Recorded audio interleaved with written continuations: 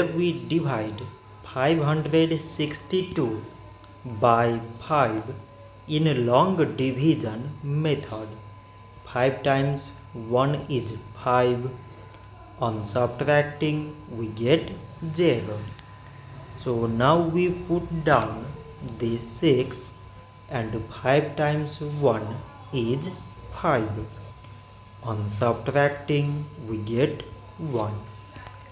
So now we put down these 2 and it is 12.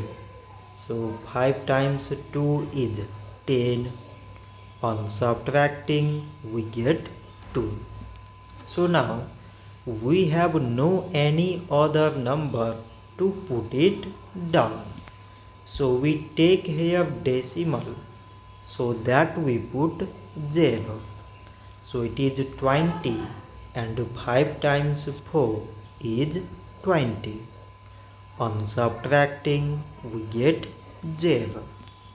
So 562 divided by 5 is 112 decimal 4.